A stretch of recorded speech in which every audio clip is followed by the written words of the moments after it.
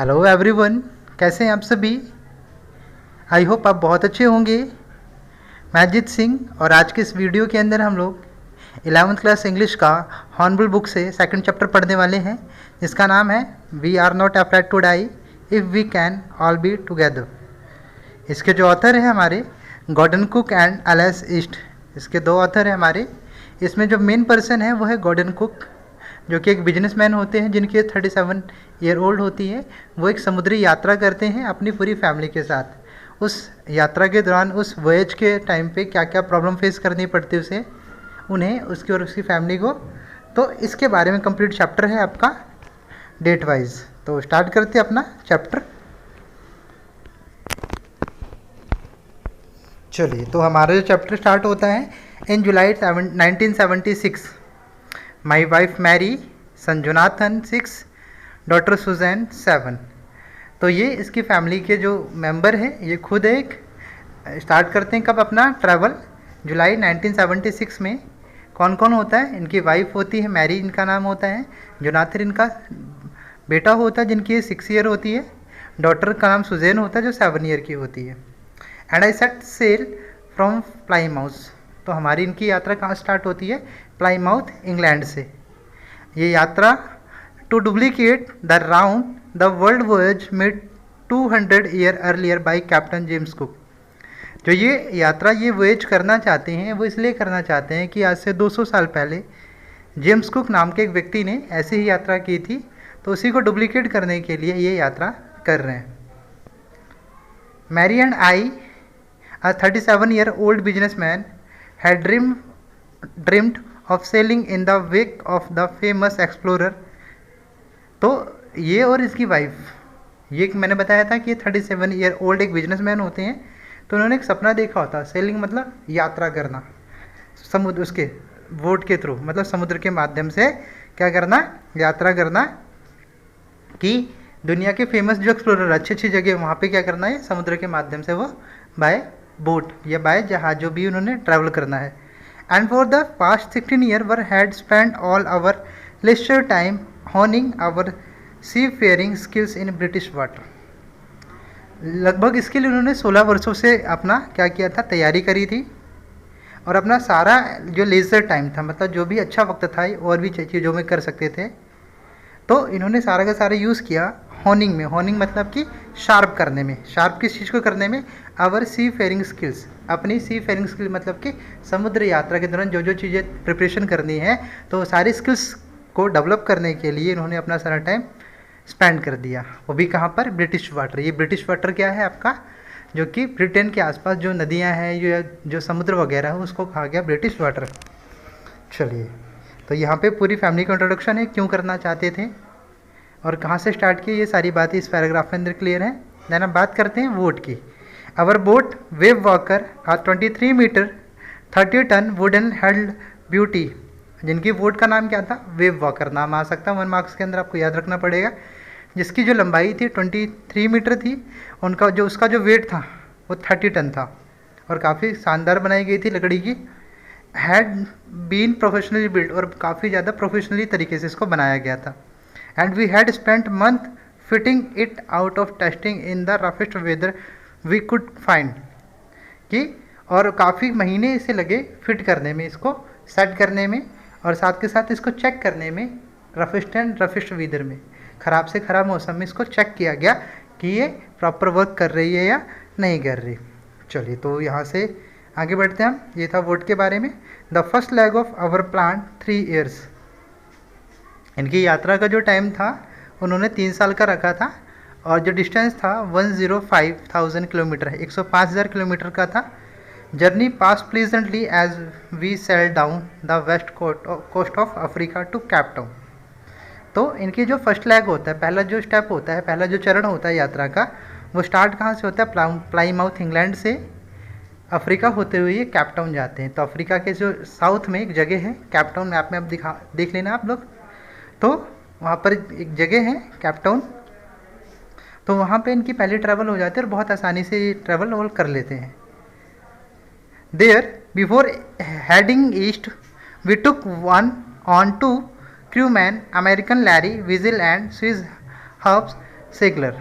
तो ये क्या करते हैं, क्योंकि अब ये कैप टाउन से आगे बढ़ने वाले होते हैं और ईस्ट की तरफ मूव करने वाले होते हैं, इंडियन ओशन की तरफ, तो उससे पहले ये क्या करते हैं, 2 क्रूमैन, 2 शिप में काम करने वाले लोग को रख लेते हैं, 2 पर्सन को रख लेते हैं, जिसमें से एक व्यक्ति अमेरिकन होता है जिसका नाम लैरी विगिल होता है, एंड एक स्विट्ज़रलैंड का होता है जिसका नाम होता है हब सेगलर। तो दोनों ही क्या करने, हेल्प के लिए आए हुए थे, to help us tackle of the one of the world roughest seas, the South Indian Ocean, कि दुनिया का एक सबसे खतरनाक माना जाने वाला दक्षिणी हिंद महासागर। तो उसी में जाने से पहले इन्होंने 2 क्रूमैन हायर करे। तो आई होप यहाँ पे समझ आ गया होगा आपको। बात करते हैं आगे। On our second day out of Cape Town, दूसरा दिन था कैप टाउन से निकले हुए इन्हें, we began to encounter strong gales, हवाएं तेज से चलने लगी। For the next few weeks the blew continuously, gale did not worry me, और हवाएं दिन ब दिन क्या कुछ हफ्तों तक ये लगातार चलती रही, पर ज़्यादा परेशान नहीं किया। But the size of waves was alarming, लेकिन जो लहरों का साइज़ था, जैसे जैसे समुद्र की में आगे की तरफ बढ़ रहे थे, वैसे वैसे किसका साइज़, लहरों का साइज़ था, जो वेव्स का साइज़ था वो इंक्रीज होता रहा था। Up to 15 metre as high our main mast. Mast क्या होता है, आपने देखा होगा, जो वोट होती है, वोट के जो बीचों बीच ट्राइंगुलर शेप में झंडा सा होता है, उसे मेन मास्ट कहते हैं। तो मेन मास्ट से भी हाइट के भी वेव्स ये लोग फेस कर रहे थे। अब आ जाता है December 25, यहाँ से अब ये अगला फेज है हमारा। December 25 को found us 3500 kilometre east of Cape town. अब वो कैप टाउन से 3500 किलोमीटर दूर आ चुके हैं। Despite atrocious weather we had a wonder holiday complete.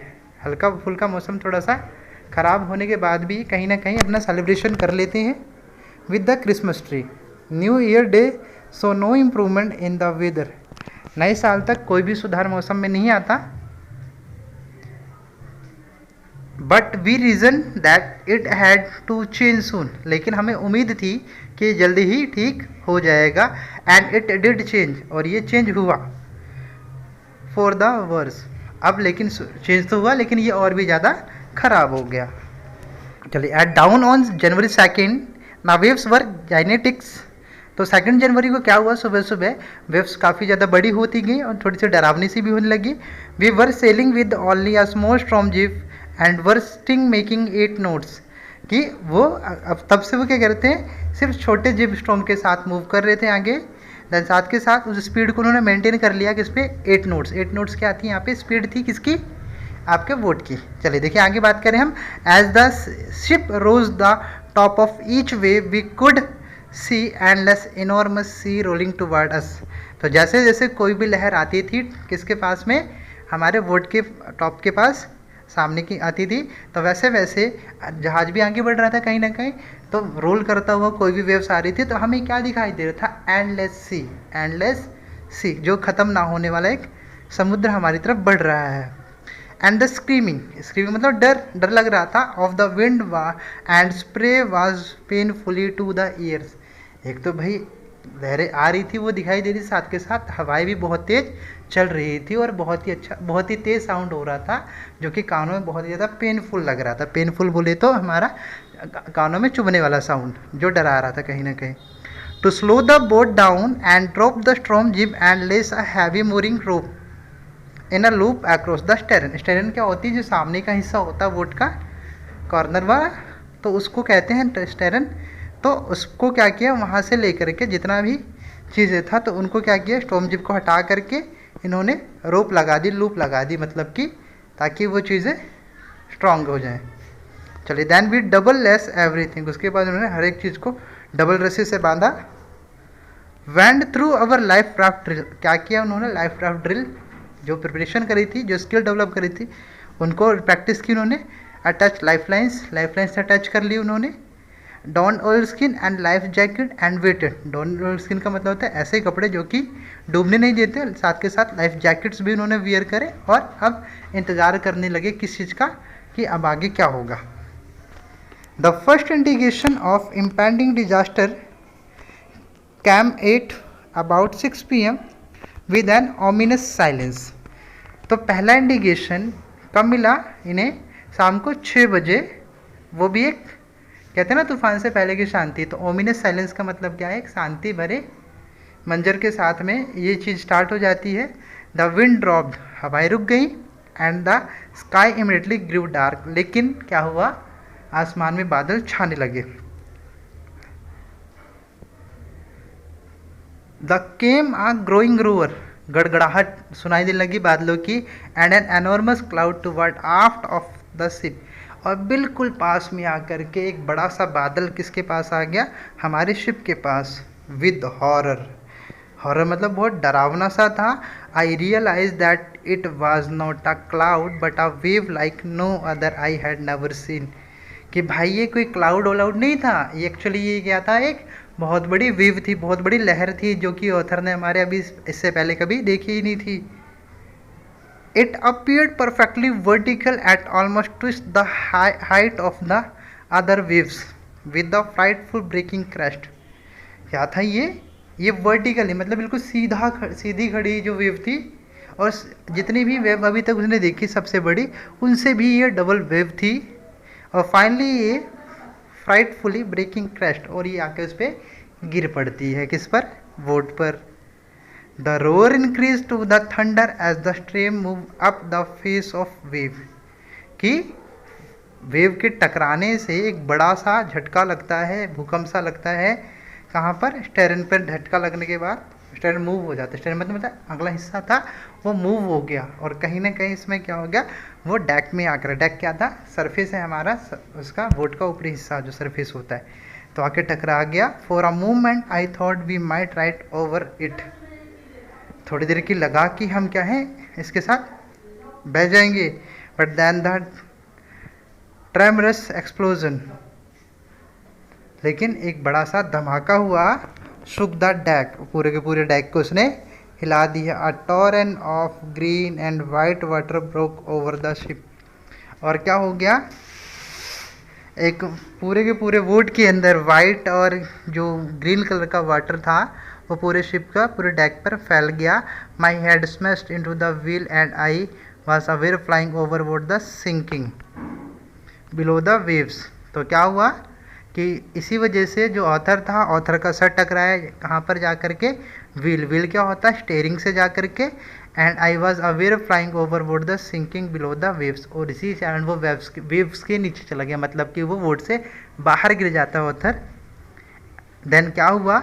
I accept my approaching death, और उसे रियलाइज़ हुआ कि वो डूब रहा है, जिसकी वजह से उसे लग रहा है कि उसका अंत मतलब उसकी मौत निकट है, मौत के पास पहुंच रहा है वो। And as I was losing consciousness I felt quite peaceful, और वो अपना होश खो रहा है धीरे धीरे। आई फेल्ट क्वाइट पीसफुल, और एक अजीब सी शांति उसे महसूस होती। जब व्यक्ति मरने वाला होता है तो बिल्कुल शांत महसूस होता है उसे। Unexpectedly my head popped out of water, अब एकदम से क्या होता है सोचा नहीं था उसने, और उसका जो फेस होता है, हेड होता है, वो पानी से बाहर आ जाता है। A few metre away Wave Walker was near capsizing her mast almost horizontal. तो जब उसका सर बाहर आता देखता है कि कुछ ही मीटर पर वेव वॉकर है और कैप्सिसाइजिंग बस उल्टने वाली ही होती है, उसका जो मास होता है बिल्कुल हॉरिजॉन्टल हो चुका होता है। Then a wave hurled her upright, कहीं ना कहीं जो वेव आती है, दूसरी वेव आती है, उसे वो सीधा कर देती। किसको? मेन मास्ट को। पहले समझ लीजिए सीधा आपका मास्ट था या वोट सीधी थी, लेकिन उस वाली लहर के कारण वो तिरछी हो गई थी, मतलब मेन मास्ट आपका हॉरिजॉन्टल हो गया था। पहले वर्टिकल था, वो क्या से हो गया है? हॉरिजॉन्टल। लेकिन इस लहर के टकराने से दोबारा वो अपनी एक्चुअल पोजीशन में आ जाता है। My life line jerks taught, जो लाइफ लाइन क्या थी, जो रस्सियाँ थी वो टाइट हो जाती हैं। I grab the guard rails and the sailed through the air into Wave Walker main boom. Main boom क्या होता है हमारा?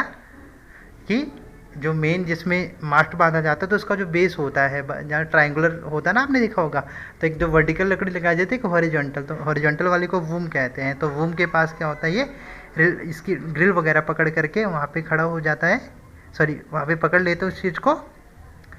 देन क्या करता है? एयर में वो मूव करने लगता है।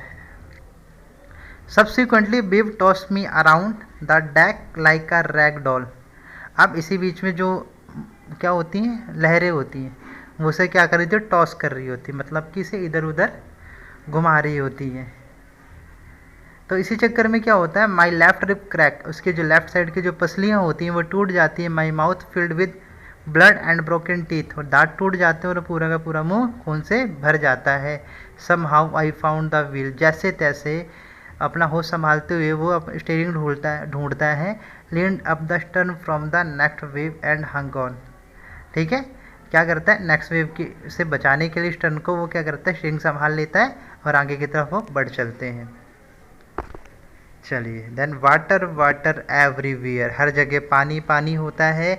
I could feel that the ship had water below, और मुझे ऐसा लगता है कि शिप के निचले हिस्से में पानी भर रहा है।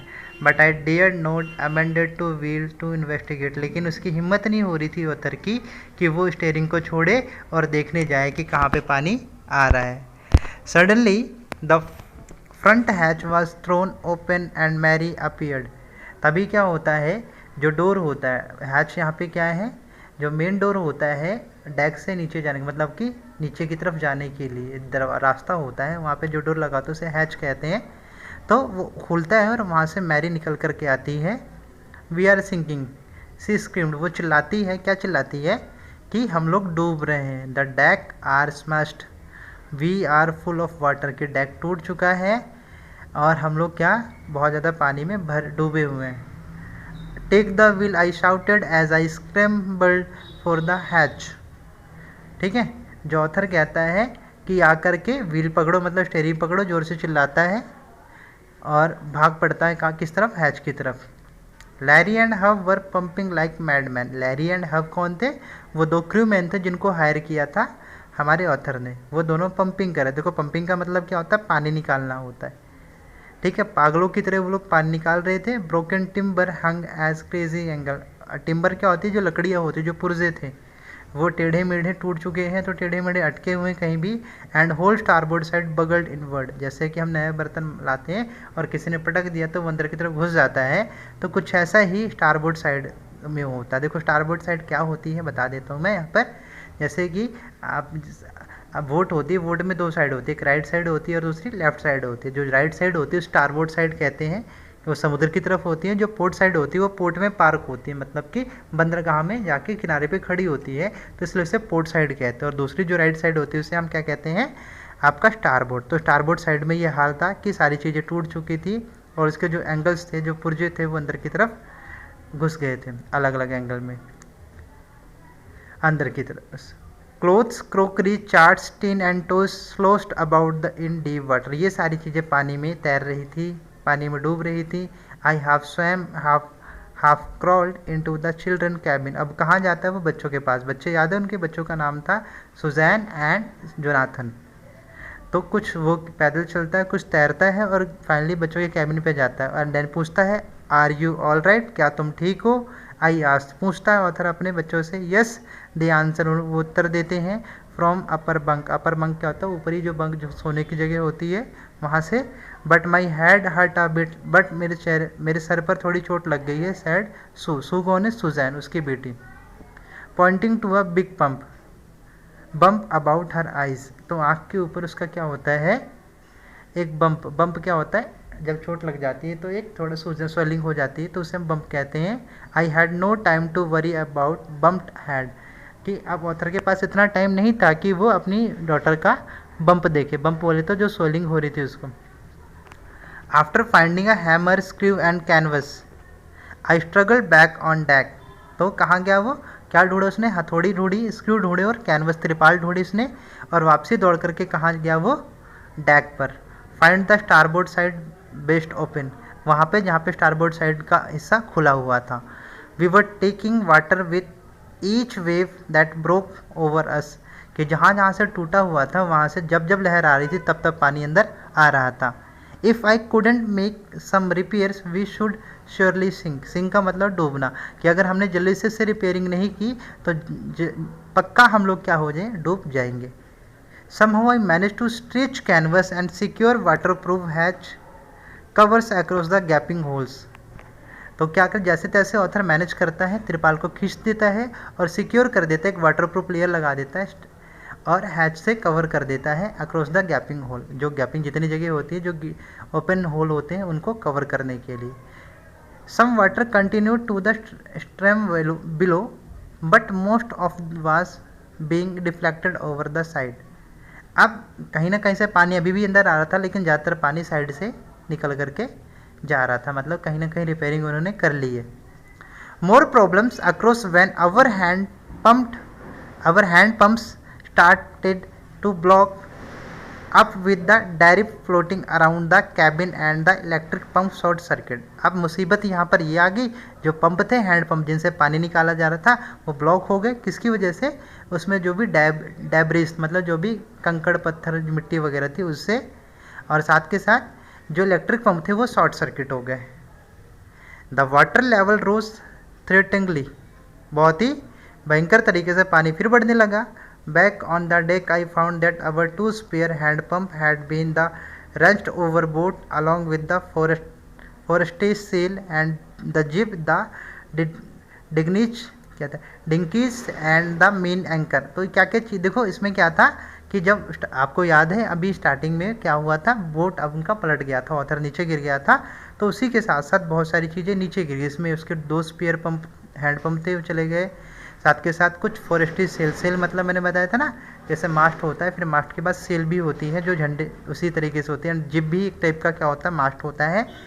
और डिंगीज का मतलब ये होता है जो बोट्स होती हैं, बोट आपने देखा होगा, हवा बलून वाली जो बोट्स होती हैं जो भागने के काम आती है, मतलब कि जाकर जहाज डूब जाएगा तो उसमें बैठकर वो लोग निकल सकते हैं। एंड द मेन एंकर क्या होता है, एक लंगर होता है, लंगर जिससे कि जहाज को रोका जाता है, अटैच किया जाता है कहीं पे। Then I remembered we had another electric pump under the chart room floor. तो उसे एकदम से याद आता है कि हमारे पास एक और इलेक्ट्रिक पंप है जो कि चार्ट रूम मतलब कि जहाँ पर मैप वगैरह पड़े होते हैं उस सारे फ्लोर पे पड़ा हुआ है। I connected it to an out pipe. Out pipe क्या होता है, जैसे हमारी छतों पर पानी निकालने के लिए बाहर की तरफ पाइप लगा होता है, उसी तरीके से शिप में भी बाहर की तरफ पानी निकालने के लिए ऊपरी हिस्से पर आउट पाइप लगा होता है। तो उस पंप को लाके वो क्या कर देता है, उससे कनेक्ट कर देता है। And was thankful find that it work, और वो धन्यवाद करता है कि कहीं ना कहीं ये पंप काम करने लग गया। The night dragged on with an endless bitterly cold routine of pumping, steering and working the radio. We were getting no reply to our mayday calls. तो ड्रैग विद द एंडलेस मतलब कि पूरी रात वो मेहनत करते लगे। बिटरली कोल्ड रूटीन मतलब कि काफ़ी कठिनाई भरा क्या रहा, रूटीन था उनका, किस चीज़ का, पंपिंग करने का, पानी निकालने का। स्टेयरिंग मतलब स्टेयरिंग को संभालने का। एंड वर्किंग द रेडियो क्या होता है, रेडियो में मैसेज भेजने का। We were getting no reply to our mayday calls. Mayday calls का मतलब क्या होता है, वो मैसेजेस जो कि भेजे जाते हैं रेडियो पर एक जहाज़ से, तो उसे कहते हैं mayday calls. Which was not surprising in this remote corner of the world. तो उनके लिए कोई सरप्राइज़ की बात नहीं थी कि भाई रेडियो काम नहीं कर रहा है या रिप्लाई नहीं आ रहा, क्योंकि वो जानते थे इस बात को कि जिस जगह पर वो लोग हैं वहाँ पर रेडियो का रिप्लाई मिलना बिल्कुल एक असंभव सी बात होती है। तो उन्हें ये बात बहुत अच्छे से पता थी, इसलिए उनको कोई सरप्राइजिंग नहीं था।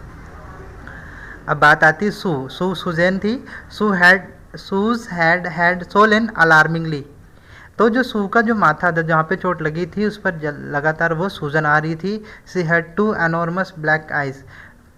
तो उसकी आंखें काली पड़ चुकी थी। And now she showed has the deep cut on her arm. और उसने एक और चीज़ दिखाई, वो क्या था, उसके आम बाजू में गहरा कट लगा हुआ था, कहीं ना कहीं उसे काफ़ी चोट लग गई थी। When I asked why she hadn't made more of her injuries before this. अब पापा पूछते कि बेटा तुमने पहले क्यों नहीं बताया मुझे इस सब चीज़ के बारे में। She replied I didn't want to worry you when you were trying to save us all. वो क्या रिप्लाई देती, बहुत ही प्यार से रिप्लाई देती है बच्ची उसकी कि पापा मैं आपको परेशान नहीं करना चाहती थी, वो भी तब जब आप हम सबकी जान बचाने में लगे हुए थे। तो कितना अच्छा मैसेज मिल रहा हमें यहाँ पे कि बच्चे कितने समझदार होते हैं अगर उन्हें सही चीज़ें पता हो तो। चलिए बढ़ते हैं अब आगे थोड़ा सा। By the morning of January 3 the pumps had the water level sufficiently under control for us to take 2 hours rest in rotation. कि 3 जनवरी तक आते आते पंपिंग करते हुए पानी इतना कंट्रोल में आ गया कि वो 2 घंटे का रेस्ट भी लेकर के काम कर सकते हैं, पानी कंट्रोल में आ चुका है। But we still had the tremendous leak somewhere below the under water line and on checking I found that. तो वो देखो यहाँ पे क्या हुआ, उसे पता चलता है कि कहीं नीचे बहुत बड़ा लीक हो है जहाँ से पानी लगातार आ रहा है। वाटर अंडरलाइन का मतलब क्या है, एक पानी का लेवल है। पानी देखा होगा जहाज है, जितना पानी के ऊपर दिखाई देता है उसका कुछ भाग नीचे भी होता है, तो जो भाग नीचे होता है उसे वाटर लाइन कहते हैं, उसके निचले भाग, उस वाटर लाइन के निचला हिस्सा। तो चेकिंग करने पे क्या मिला उसे, nearly all boats main rib frame were smashed down to the keel. Keel क्या है, जहाँ तक का हिस्सा पानी में डूबा हुआ है उस वाला पार्ट का जो मेन फ्रेम है, मेन रिब फ्रेम है, जो लकड़ियों का वुडन का जो फ्रेम है उसे रिब फ्रेम कहा गया है, वो बुरी तरीके से स्मैश्ड हो चुका है, मतलब कि टूट चुका है। In fact there was nothing holding up a whole section of the starboard hull except a few cupboard partition. कि सारा का सारा सेक्शन क्या है, बुरी तरीके से टूटा हुआ है, सिर्फ कुछ कबर्ड्स के पार्टीशन, कबर्ड मतलब अलमारी के कुछ पल्ले, कुछ लकड़ियाँ उसमें लगी हुई है, बाकी सारी चीज़ें टूट चुकी है। We had survive for 15 hours since the wave hit. जब से उस वेव टकराई थी बड़ी सी, जो वर्टिकल हो गई थी, तो उसके बाद 15 घंटे हो गए इन्हें सर्वाइव करते हुए। But Wave Walker wouldn't hold together long enough for us to reach Australia. क्योंकि इन्हें ऑस्ट्रेलिया तक जाना था, तो 15 घंटे ऑलरेडी हो चुके थे, तो ज़्यादा टाइम तक ये वेव वॉकर इन्हें संभाल के नहीं रख सकती थी। I checked our chart and the calculate that there were two small island a few 100 kilometre to the east. और मैप चेक करता है, वो चार्ट मतलब मैप चेक करता है और अंदाज़ा लगाता है कि 2 आइलैंड होंगे यहाँ पर इंडियन ओशन के अंदर, तो कुछ 100 किलोमीटर में वो मिलने वाले हैं इस डायरेक्शन में। One of them Ile Amsterdam, उनमें से एक है Ile Amsterdam was a French scientific base. एक फ्रेंच साइंटिफिक बेस जगह है, साइंटिफिकली जगह है। Our only hope was the reach to the pinprick in the vast ocean. Pinprick मतलब सुई की नोक जितना, इन द वास्ट ओशन, बहुत बड़े समुद्र के अंदर। मान लीजिए कमरे में सुई की नोक के बराबर, तो एक बहुत बड़े समुद्र के अंदर एक छोटी सी जगह ढूंढनी है इन्हें, जो कि उनकी आखिरी उम्मीद थी। But unless the wind and seas abated so we could hoist sail, our chances would be slim indeed. तो क्या था, हवा इतनी तेज़ चल रही थी कि वो अपनी सेल भी, अपनी वो बताया था मैंने क्या, उसका जो मास्ट टाइप का जो छोटा मास्ट होता है उसे सेल कहते हैं, तो वो अपना सेल नहीं लगा पा रहे थे और कहीं ना कहीं उनके हाथ से ये मौका निकल न जाए, ऐसा उन्हें लग रहा था। The great wave had put the auxiliary engine out of the action. क्योंकि हमारा जो था क्या था, इंजन ख़राब हो चुका था, किसकी वजह से, उस हिट की वजह से जो वेव ने मारा था। अब आ जाता है ऑन जनवरी 4, जनवरी 4 तारीख आ जाती है। After 36 hours of continuously pumping, लगातार 36 घंटे हो चुके हैं उन्हें पंपिंग करते हुए। We reach the last few centimetre of water, अभी भी कुछ सेंटीमीटर पानी इसमें है। Now we had only to keep pace with the water still coming in with could not set any sail or the main mast. क्या, क्योंकि भाई क्या इस समुद्र की हवाएं थोड़ी सी तेज़ चल रही थी, तो कोई भी मेन मास्ट ये लगा नहीं सकते थे। Pressure of the rigging would simply pull the damage section of the hull apart. क्योंकि हवाओं के तेज़ चलने से वो पूरा का पूरा जो मेन मास्ट है वो उखड़ करके गिरने का डर है। So we hoisted the storm jib and the headed for the where I thought the 2 island were. और इसलिए उन्होंने छोटा सा एक स्टॉर्म जिप लगाए, छोटा सा वो झंडा सा मैंने बताया, वो लगाते हैं और उम्मीद करते हैं उस डायरेक्शन में मूव कर देते हैं जिस डायरेक्शन में उन्हें उम्मीद होती है कि आइलैंड मिल सकते हैं उन्हें। Mary found some corn beef and cracker biscuit and we ate our first meal it in almost 2 days। ये जो हमारी मैरी होती है वाइफ, वो कुछ खाने पीने की चीज़ें लेकर के आती है, आखिरकार 2 दिनों बाद वो अपना कुछ भोजन करते हैं। 1 तारीख को किया होगा सेलिब्रेट करने के बाद, फिर 2 दिन बाद मतलब 4 तारीख, 2, 3 और ये 4 तारीख को उनको भोजन मिलता है। But our respite was short lived, लेकिन उनका जो ये उत्साह था, ये क्या था, ये जो खाने पीने का जो इवेंट था ये ज़्यादा टाइम तक नहीं रहता। एट 4 PM शाम को 4 बजे black cloud began building up the behind us, हमारे पीछे काले काले बादल बनना फिर से स्टार्ट हो जाते हैं। Within the hour the wind was back to the 40 knots, speed हवाओं की बहुत तेज़ बढ़ जाती है 40 knots तक। And the seas were getting higher, फिर से समुद्र अपना उफान मारना चालू करता है, उसकी वेव्स भी निकलना शुरू होती है। The weather continued the deteriorated throughout the night, कि रात जैसे जैसे रात आ रही थी वैसे वैसे मौसम ख़राब हो रहा था। And by dawn on January 5 our situation was again desperate. और सुबह 5 तारीख आते आते हमारी सिचुएशन फिर से ख़राब हो चुकी थी। When I went in the comfort the children, John asked daddy are we going to die. अब जब थोड़ा सा कंफर्ट हुए बच्चों, तो जॉन पूछता है, जॉन कौन है? जोनाथन, उसका बेटा। Daddy we are we going to die, क्या हम मरने वाले हैं? I try to assure him that we could make it. मैं उसे तसल्ली देने की कोशिश करता हूँ कि हम लोग इसे पार कर जाएंगे। But daddy he went on, वो बोलता रहा, क्या बोलता रहा? We aren't afraid to dying if we can all be together, you and mummy, Sue and I. कि पापा हम लोग मरने से नहीं डरते अगर हम सब एक साथ हों। कौन कौन? आप, मम्मी, सुजैन और मैं अगर एक साथ हैं तो हम मरने से भी नहीं डरते। I could find no word with which to response, मेरे पास कोई शब्द नहीं थे उसका उत्तर देने के लिए। ऑथर क्या था हमारा? But I left the children cabin determined to fight the sea with everything I had. और ये निश्चय कर लिया मैंने कि जो भी मेरे कुछ पास है उन सब के माध्यम से इस समुद्र से बाहर निकला जाएगा। To protect the weakened starboard side, और बचाया जाएगा वीकेंड साइड को। अब मेन काम उसका क्या है? स्टारबोर्ड साइड जो टूट चुकी है उसको सेव करना। I decided to heave to with the under damage part hull facing on the upcoming waves, कि जो टूटा हुआ भाग है उसको रिपेयर करना है, उसको मूव कराना है ताकि उसको ठीक किया। मान लीजिए बताया था मैंने, उसको साइड चेंज करना है। एक पोर्ट साइड होती है, एक कौन सी साइड होती है? आपकी स्टारबोर्ड साइड। तो स्टारबोर्ड साइड टूटी हुई थी तो उन्होंने क्या कहा? जो पोर्ट साइड को उस तरफ रख देना है जहाँ पे वेव्स आके टकरा रही हैं। तो इसे हीव टू की टेक्निक कहा गया यहाँ पे। Then using an improvising sea anchor to heavy nylon rope and 22 litres plastic barrel of paraffin, क्योंकि उनका मेन एंकर गिर चुका था तो यहाँ पे उन्हें एक एंकर बना था, उसके लिए रस्सी चाहिए थी मोटी सी नाइलॉन की, और उन्हें 22 लीटर के प्लास्टिक बैरल चाहिए थे पैराफिन के। पैराफिन एक तरह का मोम होता है, तो उसके थ्रू ये लोग क्या लंगर बनाने वाले थे। सॉरी, वो लंगर की बताया मैंने, क्या एंकर। चलिए, that evening Mary and I sat together holding hand as the motion of ship brought more and more water in through the broken planks. तो उस शाम मैरी और ये हमारे ऑथर एक साथ अपने हाथ में हाथ दिए हुए बैठे होते हैं और उन्हें फील होता है, मोशन से फील होता है कि कहीं ना कहीं से प्लंक्स जो टूटे हुए होल्स वगैरह है या डैमेज पार्ट है वहाँ से कंटिन्यूसली पानी अंदर आ रहा है। We both felt the end was very near, उन्हें ये रियलाइज़ हो रहा था कि उनका अंतिम समय पास आ रहा है। But wave worker road out the storm and by the morning of जनवरी 6, लेकिन जनवरी सुबह आते आते जो वेव वर्कर था उस तूफान से बाहर आ जाता है। With the wind easing I try to get a reading on the sextant. Sextant एक डिवाइस होती है जिससे चेक की गई रीडिंग की स्पीड क्या है, हवाएं कैसे बह रही है। Back in the chart room, वो चार्ट रूम पे मतलब मैप में दोबारा जाता है, मैप वाले कमरे में। I work on wind speed, और किस पे काम करने लगता है वह? हवाओं की गति पर। नाउ चेंज ऑफ कोर्स, थोड़ा सा चेंज होता है हवाओं में।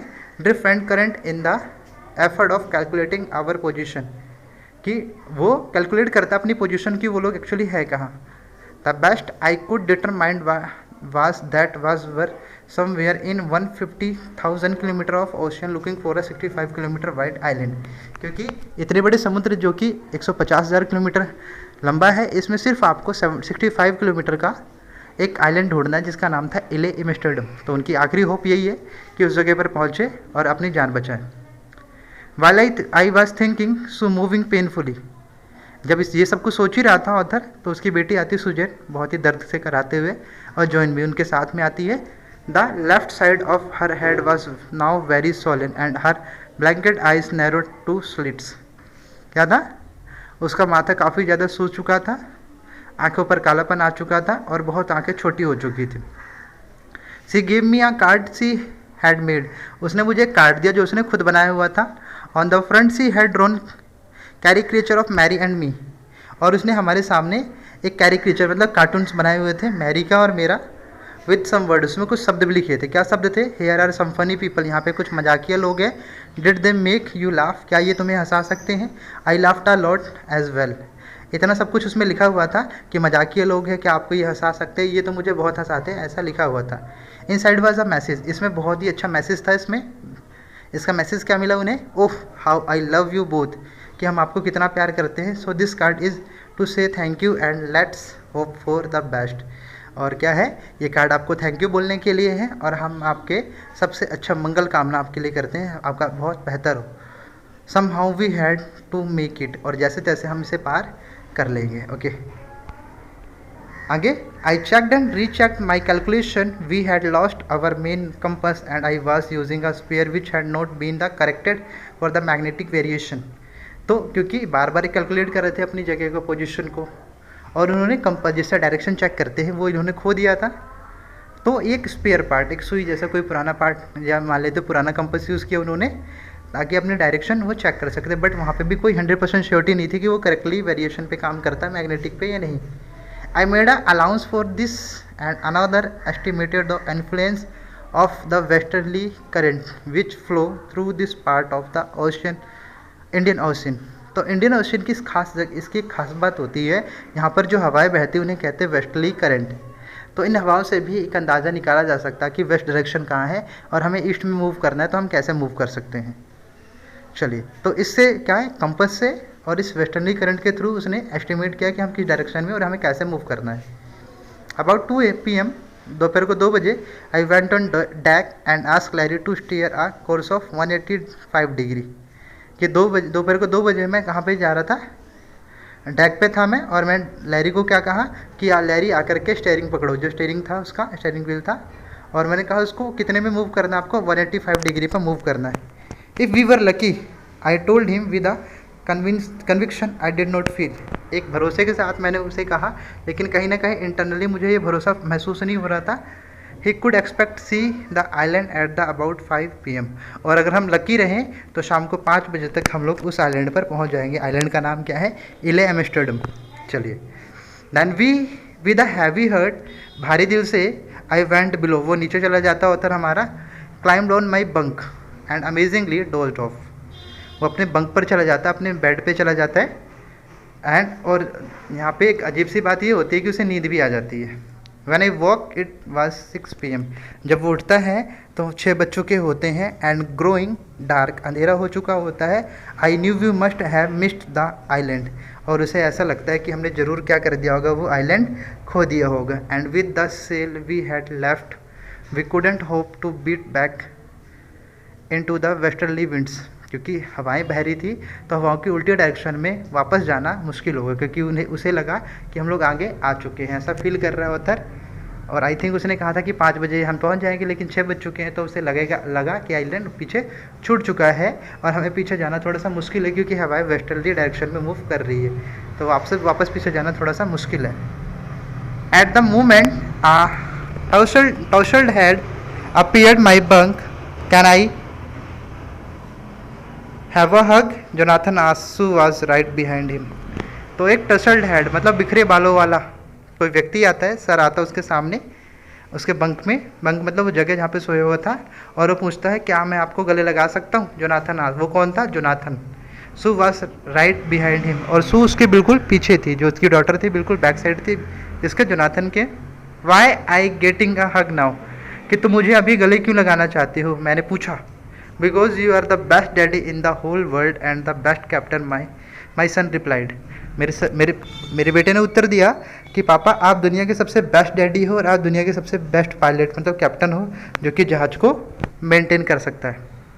Now today John I am afraid, आज नहीं बेटा, क्योंकि आज मैं नहीं कर पाया। और वो और जॉन क्या था, और आज मैं डरा हुआ हूँ, जॉन को बताते हुए। वाई यू मस्ट बी, आपने कर दिया, said Sue in the matter of fact voice, एक भरोसे की आवाज़ में उसने कहा कि पापा आपने कर दिखाया। यू फाउंड द आइलैंड, और आपने उस जगह को ढूंढ लिया है। वट, आई शाउटेड, मैं चिल्लाया, क्या। It's out there in the front of us, और ये बिल्कुल आइलैंड हमारे सामने था। The crest a big as the battleship, इतना बढ़िया कि हम सब एक साथ बोलते हैं कि इतना बढ़िया बैटलशिप जैसा होता है, एक साथ बोलते हैं, ठीक है। I rushed on deck and gazed with the relief at the stark outlines of the Ile Amsterdam। तो हम सब भाग के कहाँ जाते हैं, डेक पर, और उसे देखते हैं एक शांति भरी नज़रों से उसके बाउंड्रीज को, मतलब उसके बॉर्डर को, इले एम्स्टर्डम को। It was only a black piece of the volcanic rock, ये बना हुआ था, वेल्कॉनिक मतलब चट्टानों से बना हुआ था ये, विद द लिटिल वेजिटेशन, इसमें थोड़ी बहुत वनस्पति पेड़ पौधे थे। The most beautiful island in the world, और दुनिया का सबसे खूबसूरत माना जाने वाला आइलैंड था ये उनके लिए। We anchored off shore of the night and the next morning all 28 inhabitants of the island cheered as they help us ashore. तो एंकर को वहीं पे लगा देते, एंकर उन्होंने बनाया हुआ था पैराफिन लगा करके और रोप लगा करके, रात को वहीं पार्क कर देते उसे। द नेक्स्ट मॉर्निंग, अगले दिन जो 28 इनहेबिटेंट का मतलब वो लोग जो वहाँ रहते थे। हमने पढ़ा कि एक साइंटिफिकली प्लेस था यहाँ पर, तो यहाँ पे ज़्यादा लोग रहते नहीं थे, तो 28 जो लोग थे वो वहाँ पर आए उन्हें चीयर करने के लिए, उनकी हेल्प करने के लिए।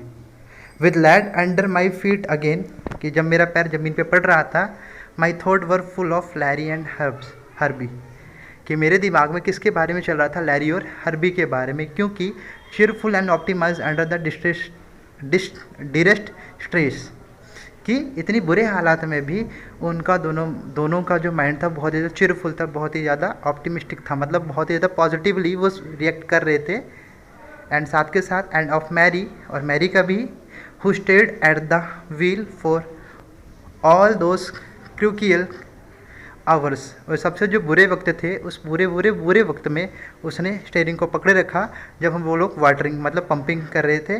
Most of all I thought a 7-year-old girl who did not want us to worry about a head injury, और उस लड़की को भी जो उसकी बेटी थी सुजैन, जो कि 7 साल की एक लड़की, जो कि अपनी चोट के बारे में बता करके किसी को परेशान नहीं करना चाहती थी, उसके सर पे चोट लगी थी।